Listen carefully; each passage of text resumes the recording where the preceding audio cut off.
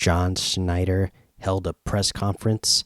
Here's everything we learned, plus a couple more names added to the coaching candidate list.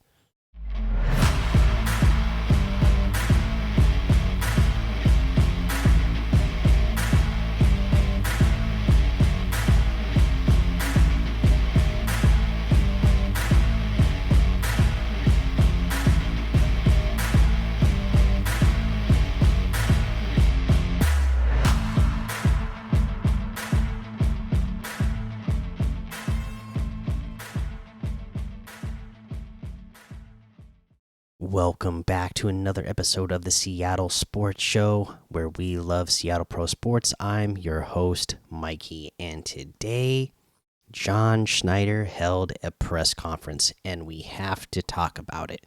It's big news.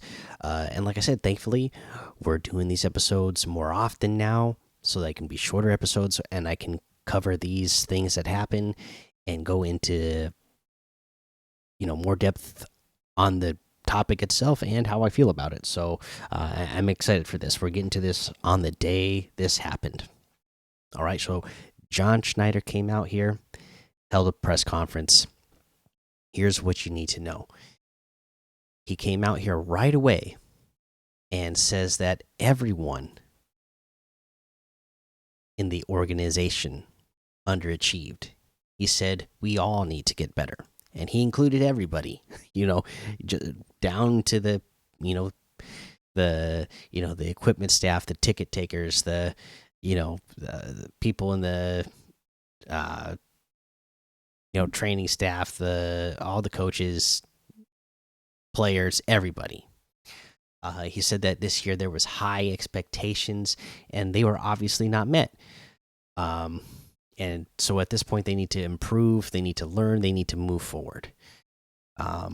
He said that, what he got from Jody Allen and Vulcan, that the directive is clear. They want to keep the culture that is here currently. And they want to find someone who is going to help the team grow and compete. Now, what do they mean by keep the culture? I've heard and seen a lot of discourse about this over the online between fans, and to me they're not saying, hey, let's keep the culture of underachieving, of only winning one playoff game in the last 7 years. They want to keep their culture. John Schneider talked about this during the press conference, that it's around the league. In fact, he pointed out that there's coaches calling them right now to let them know that they're available or going to be available. That is how well thought of the ownership and the culture of the organization is thought of right now. That you can come to Seattle, you can be yourself, and you can grow and get to the next place. And again, that was something that Pete instilled in this organization. Right? Like I said, to me, that was maybe his biggest downfall, is him wanting to help the others around him so bad that, they just finally had to let him go because he wasn't maybe not going to be willing to let certain people go. But that kind of culture is what, again, we knew players want to be around, but now we're finding out that coaches want to be here because of the culture that is set up here. And to me, thankfully, John Schneider is staying as the GM, and he can be around to make sure that they're hiring people and putting people in place to keep that culture around, to keep that culture of the winning mentality, and the culture of, you can come here, be yourself, we're going to help you grow, not just on the field, but as a person. We're going to help you get where you need to go in your next steps as a career, whether you're a player, if you're a coach, whatever position you're in, we're going to try to help you advance and get farther, even if that means that you outgrow us and then you go somewhere else and you achieve even more. We're not afraid of that. We want you to do well. So that's the kind of culture that the Seahawks have in the organization, and so they want to bring in a coach that is going to keep that kind of culture around for the players.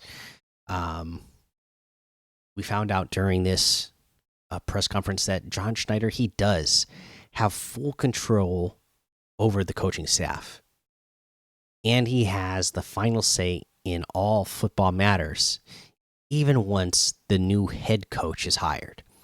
So they are going to go out and they're going to pick a new head coach. They're going to hire that coach. That coach is obviously going to have their input on who they think should be hired: offensive coordinator, defensive coordinator, the rest of the staff.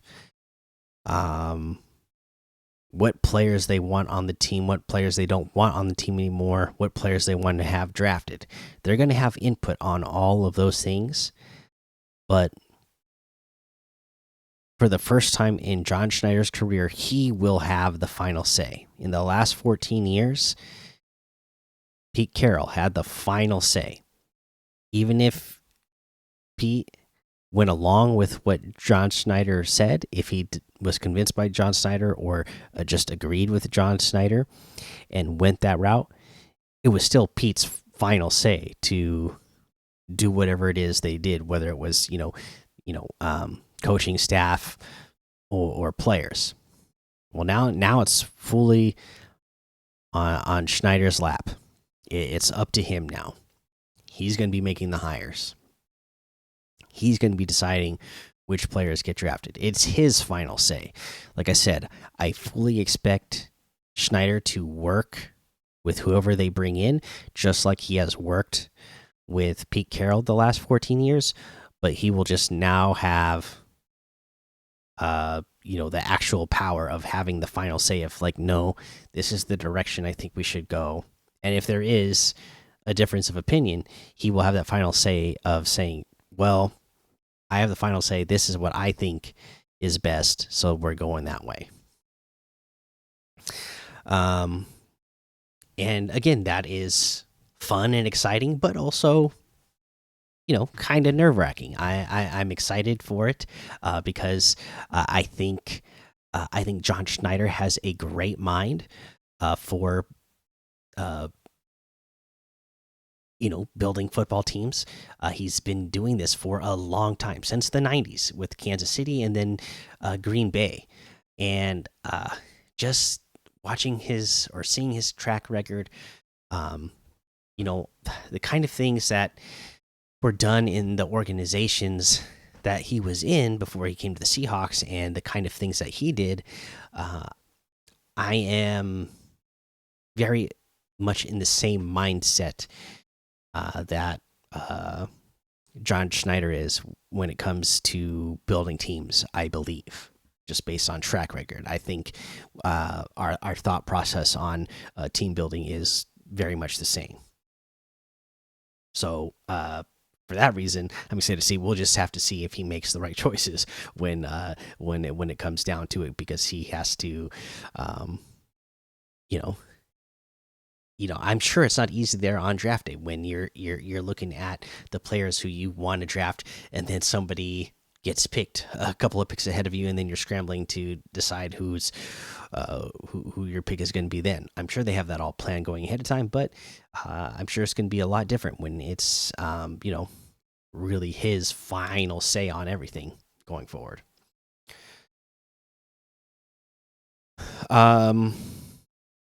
Yeah, so I don't know what that is going to say either about the attractiveness, how attractive this job will be to coaches.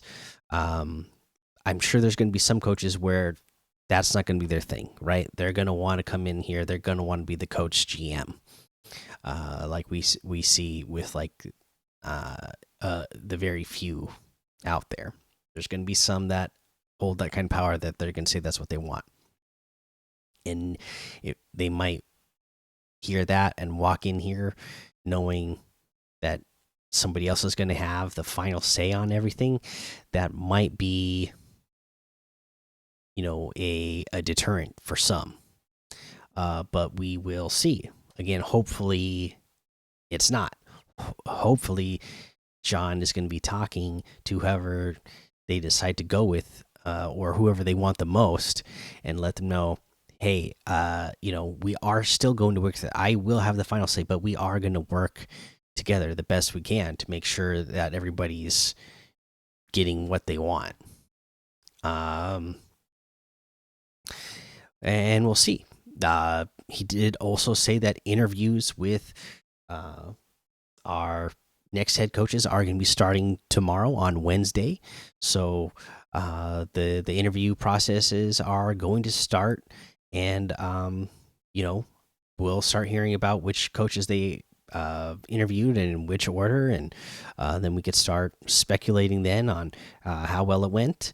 With the way the rules are now, you don't get to do a second interviews until this year. I believe it won't be till like January 29th. So the process is a little bit slower than it used to be in previous years, and they did that because they want this process to be more fair, right? I mean, we would see it in the past, year after year after year. The top coordinators would be, in the playoffs and getting deeper into the playoffs and not getting interviews because of that. And then they would miss out on head coaching jobs because of the time they, got to the Super Bowl, or won the Super Bowl and it was over, or even the championship round. The vacancies are already filled. So they've slowed the process down. Teams who are in the playoffs currently right now, they could start getting interviewed this week. Or teams that have exited the playoffs, they're all available now as well. And then second interviews, they're not going to be happening for like another week and a half. So again, unless somebody just comes in here and totally blows them out of the water, I wouldn't expect there to be an announcement for at least a couple of weeks. And and again on Wednesday, that process is going to start. We're going to start figuring out who they interview. Some other things that John said about the team and the organization right now, and why they needed to move on, was saying that they were stagnant. They did get to a point where they were no longer growing, and it wasn't to say that they were bad or in a bad place, but they weren't improving. And again, even by Pizzo motto, you always got to be competing, so you always got to be improving. And it got to a point where they felt like, the organization felt like it was stagnant. So it's time to move on, to learn from that, and to grow. He says that he does think that this team is a championship caliber team. It is very close. Saying that they have a young core, and they still feel like they are close to being contenders. He made mention that they are the fourth youngest team, and I know last week sometime I heard Brock Heward going by some stat where the players who took the snaps, like somebody did the math, the players, out of all the snaps they were taking, if you took the average, they were not, they were like one of the older teams. But we had a lot of injuries, where I think that's one of the reasons why we did so bad this year. Think of your second year, both of your second year tackles, both being out multiple games. So both two really young guys out multiple games. Witherspoon missed the first couple of games. JSN missed the first game. So we did have a lot of young players that were missing games throughout the season. and that were being replaced by older players. Like now, think about it. You have um, a second year tackle being replaced by a 41, 42-year old Jason Peters, right? So yeah, that's definitely gonna when you factor that in, um, you're gonna go, okay, well, they're not really that young. If you base it off the players who took the snaps, if you look at the roster, they're still young. So I think a coach would be happy to have a young team that they could still have, uh, you know, room to grow and get better as things go along here. And again, a draft coming up. Who knows what's going to happen with free agency? This team could just be getting younger. Uh, hopefully they are going to retain some of these veterans to fill out depth. Hopefully, uh, we won't be so injured next year, and that they'll have to be taking as many snaps as they did this year to a point where even though we have like the fourth youngest roster, based on snaps, you're one of the oldest rosters. Hopefully, it's not that case again. This coming year, but we'll see. Hopefully, this team's going to stay young and hungry and keep growing. Because I agree with John that this team is championship caliber. I'm glad he said that because again, that was kind of a worry for me when they're firing the coach. They got to bring in a new coach. I'm worried. Okay, are they going to blow this up? Well, we know John Schneider has full control. They're not going to blow this up because he still really loves the roster, especially on the offensive side.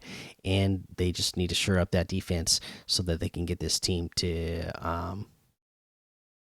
just not saying it's, close to championship caliber, but saying it's championship caliber. Get that defense better, and then you're there.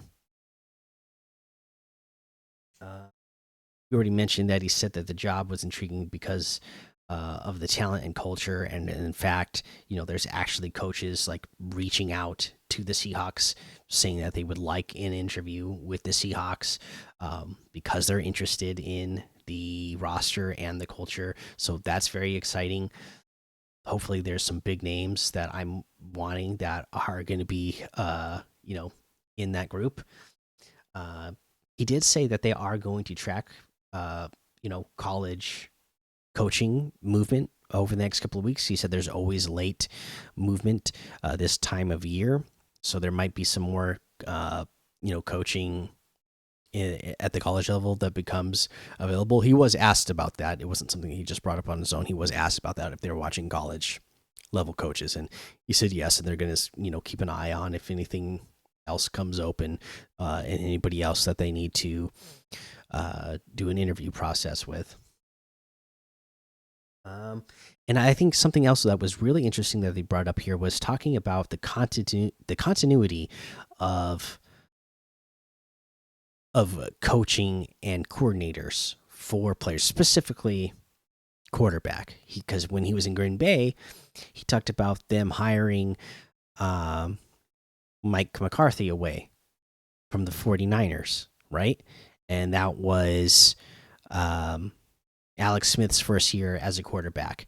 And then he went on a string of coaches and coordinators where it was like 4 or 5 years in a row. He had a new coordinator every year. And he talked about how he think that really messed up the development process of Alex Smith. And so he's wanting to get a guy in here who they want to hire a head coach that is going to put in their philosophy and it's going to stick. That tells me a couple of things. We know that there's some big names that have been heavily rumored as favorites out there, like Dan Quinn, who is a defensive coordinator.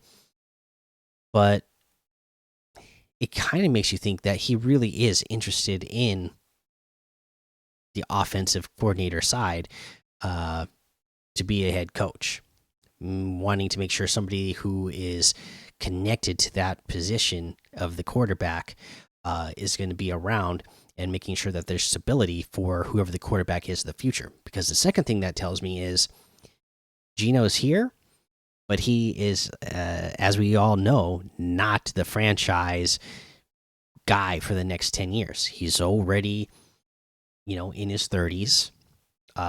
He's an above average quarterback, but we're not talking the elite of the elite here.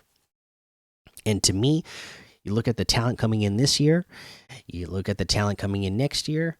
It's not like the last few drafts that we've had at the quarterback position where you go, there's one guy in there that everybody expects to be good, or that you can, you feel like is going to be good. This year's draft, next year's draft, there's like a handful of guys in each of those drafts that you're thinking these guys are going to be above average. Some of them you're thinking are probably going to be elite. So that's going to be pushing guys down the rung. Guys who you're saying are top 10 quarterbacks right now, you're going to be saying, okay, these guys are not quite top 10 with all the talent that's coming in. Because look around the league this year, quarterback, yeah, it was really, I mean, of course, there were so many injuries, but just in general, even before that, the quarterback talent level was pretty down. So that tells me that they're looking at quarterback, and again, that's one of the things that I really liked that was going on in Green Bay while John Schneider was there. And something that he has not done for the last 14 years, and probably has not been able to do, because again, Pete Carroll had the final say. But if John Schneider has final say now, is he going to take quarterbacks more often in the draft? Is he just going to make sure that he selects quarterbacks at least every other couple drafts, or every other draft, to make sure that there's talent, there on the team that's being developed? Just because you never know. You never know who you end up with. I mean, look at Russell Wilson. He was a third-round pick, right? And again, that was a John Schneider pick. That was one that we know that John Schneider convinced Pete Carroll on. So again, you never know. You never know. Yes, everybody wants that number one pick, that quarterback who's the number one guy that everybody says this guy is the can't miss guy. But you should be drafting quarterbacks fairly often, especially if you don't have the number one overall quarterback in the league. You should be drafting them fairly often just to see if this guy can be developed into that guy. So yeah, that tells me that maybe they are leaning more offensively than we originally thought, or that it's something that they're not going to throw out the window. Because the first batch of interviews that we heard about for requests, they were leaning defensive coordinator side. So we were thinking, okay, well, they really want to improve that defense, so they can get closer to the level that the offense has, that the offense is, and then we're talking being contenders right away. Well, they might really be thinking about the offense, wanting to make the current offense even better, but then also making sure that a staff is in place to help the next quarterback out and develop them and make sure they're around for years. Because, as you said, if you hire that defensive coordinator coach and they're your head coach, and they can go hire the best offensive coordinator, but then if that offensive coordinator goes and gets hired to another team, you can bring in the next offensive coordinator. But what if that offensive coordinator is not the same system, not the same philosophy as the last guy, and now your young quarterback is dealing with a new system, new terminology, new philosophy on the offensive side of the ball?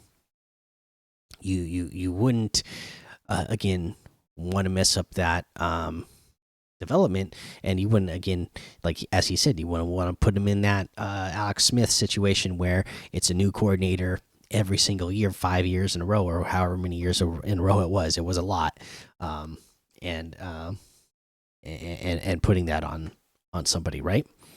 So I'm very intrigued by that comment, and wondering where that is going. Now, going off of that, we do know that there has been a couple more um, requests put in by the Seahawks for the head coach position. And guess who they are? Offensive coordinators that we have been really hoping that they would interview. One of them being Ben Johnson, the Lions offensive coordinator. Like I said, that was one I really wanted to see right away when we got confirmation that this move was happening.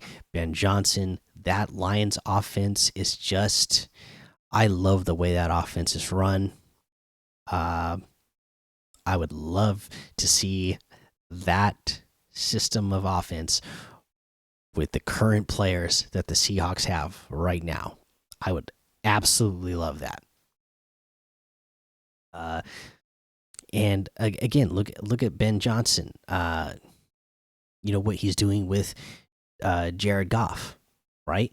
Somebody who struggled, traded away by his team, and has only done better with the Lions, and doing great this year under Ben Johnson as the offensive coordinator. So very excited about that one. The next one, also say excited about this, Bobby Slowick of the Texans. You know, we've been saying ages as well. Ben Johnson is 37, Bobby Slowick 36. So these guys are all my age. The Texans offensive coordinator Bobby Slowick. I mean, look what he's doing with a rookie quarterback right now. One of the best seasons ever by a rookie quarterback. And again, this is somebody I'm looking at right now. I thought that he was like a Geno Smith plus at the college level. I'm watching him in the NFL right now. I had multiple players from the Texans on my fantasy team, so I've been kind of watching them throughout the year, watching all their highlights throughout the year. And I watch CJ Stroud now. That's all he still looks like to me. He looks like a Geno Smith plus. He's doesn't look like he's, you know, his stats would tell you he's among one of the, you know, the elite quarterbacks right now, that he's like, you know, near a top 5 quarterback, somewhere near there this year. Right. But when I watch him play, he doesn't really look the part, right? So that means Bobby Slowick is getting the most out of him. I sure would love that on my team. No matter who it is, whether it's Geno Smith and you're just getting another great year out of Geno Smith with Bobby Slowick, or again, if Bobby Slowick is developing our next young quarterback, if they draft a quarterback, you sure love to see what Bobby Slowick is doing with a rookie quarterback, who, you know, he was a top pick in his draft, but again, there's levels to this, right? There's years where you have a Peyton Manning, an Andrew Luck, a Trevor Lawrence, a Caleb Williams, a Drake May. There's years that those guys are number one, and then there's years where Bryce Young and CJ Stroud are at the top, right? So that just is to say that it's not the most talented pool of quarterback draft, yet Bobby Slowick is getting phenomenal results. So I'm glad that's another hire that they put in. So here's the list of who we have confirmed, you know, that they are bringing in for interviews. Again, this process is all going to be starting on Wednesday.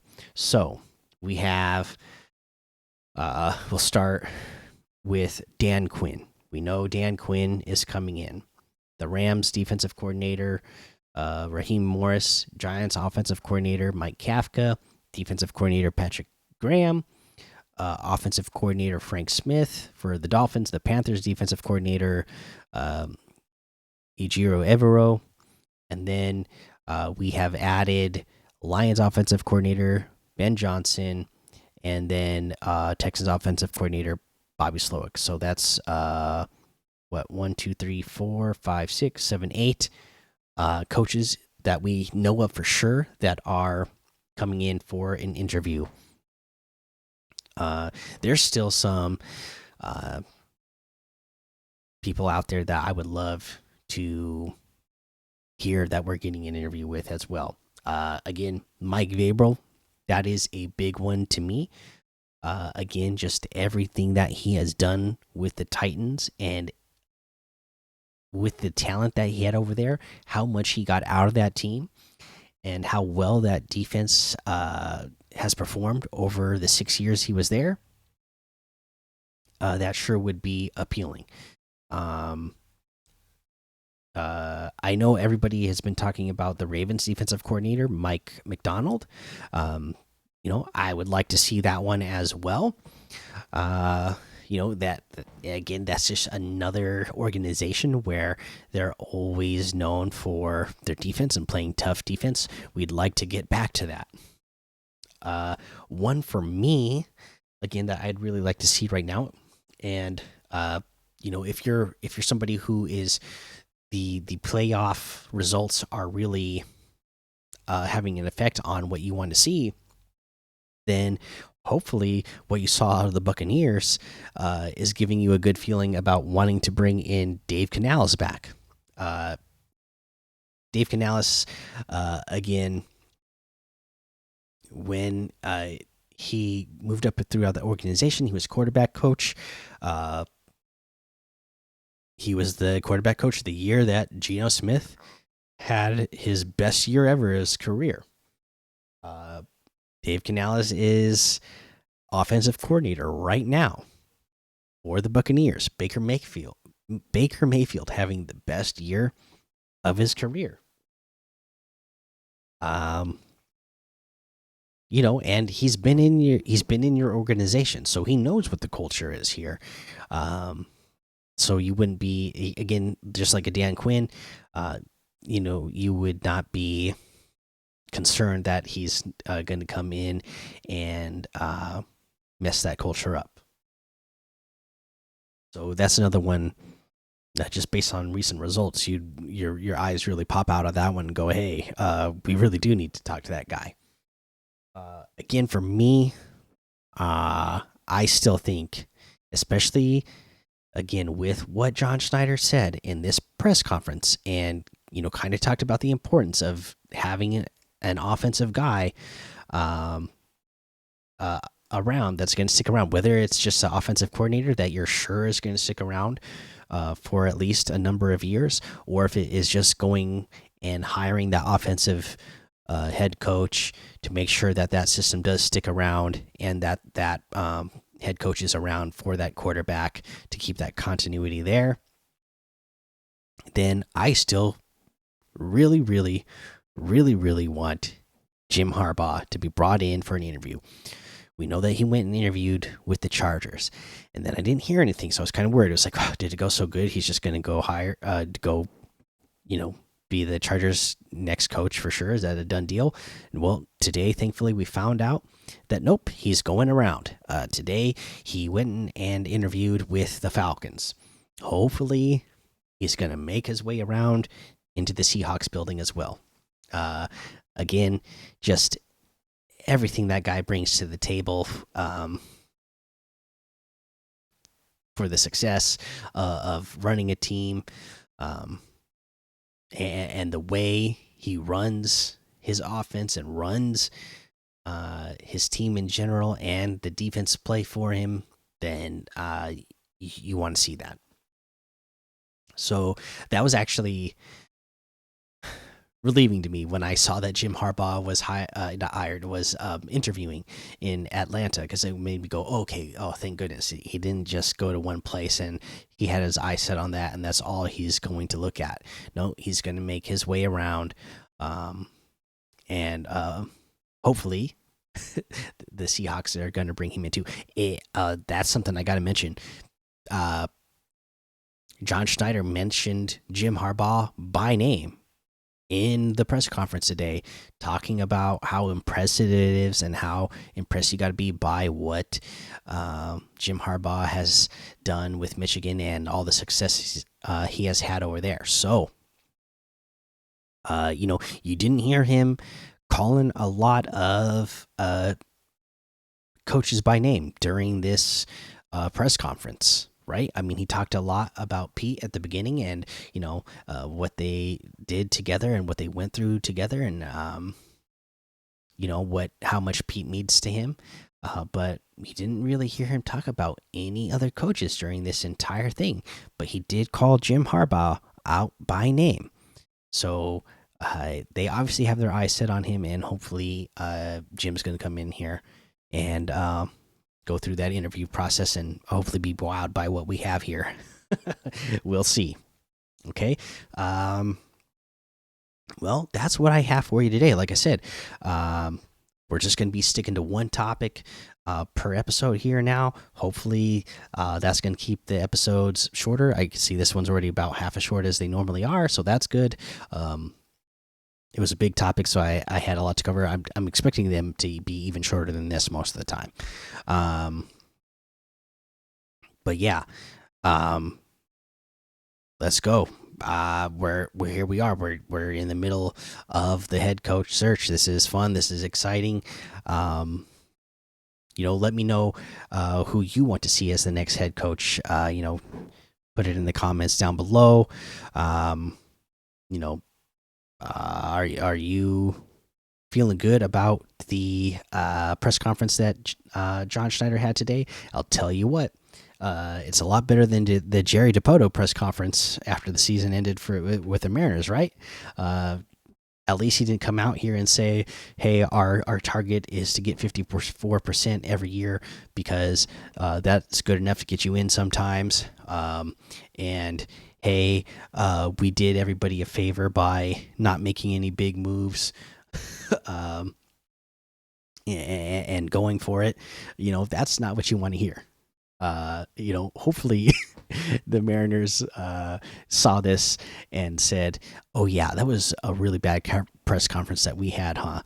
We really need to fix that in the future." Because again, it was just nice and refreshing after what we had with the Mariners press conferences here to have a GM come out here and say, "Wow, we underachieved. We need to get better." And we're going to make the moves to get better. Whereas, when the Mariners came in and had the press conference, they said, "Hey, no, we didn't underachieve. We did just fine, even though we didn't make the playoffs this year and we did the previous year." No, we did just fine. And, in fact, the fans should be grateful for what we did. They should be thanking us because we hit 54% and we didn't make any big moves that, is going to cost us too much money down the line, as if the fans would care. Really loved this. Really loved what I heard and saw out of the Seahawks organization today. Let me know how you thought that went. Compared to the Mariners press conference. All right, well, that is gonna be the episode. Again, please like, subscribe, comment, share with your friends. If you're on the podcast, same thing. Follow, subscribe, rate, review. And thanks for listening to the Seattle Sports Show, where we watch legends awaken. So take cover, because with a sea of sound, you will see us rise to reign supreme and win forever.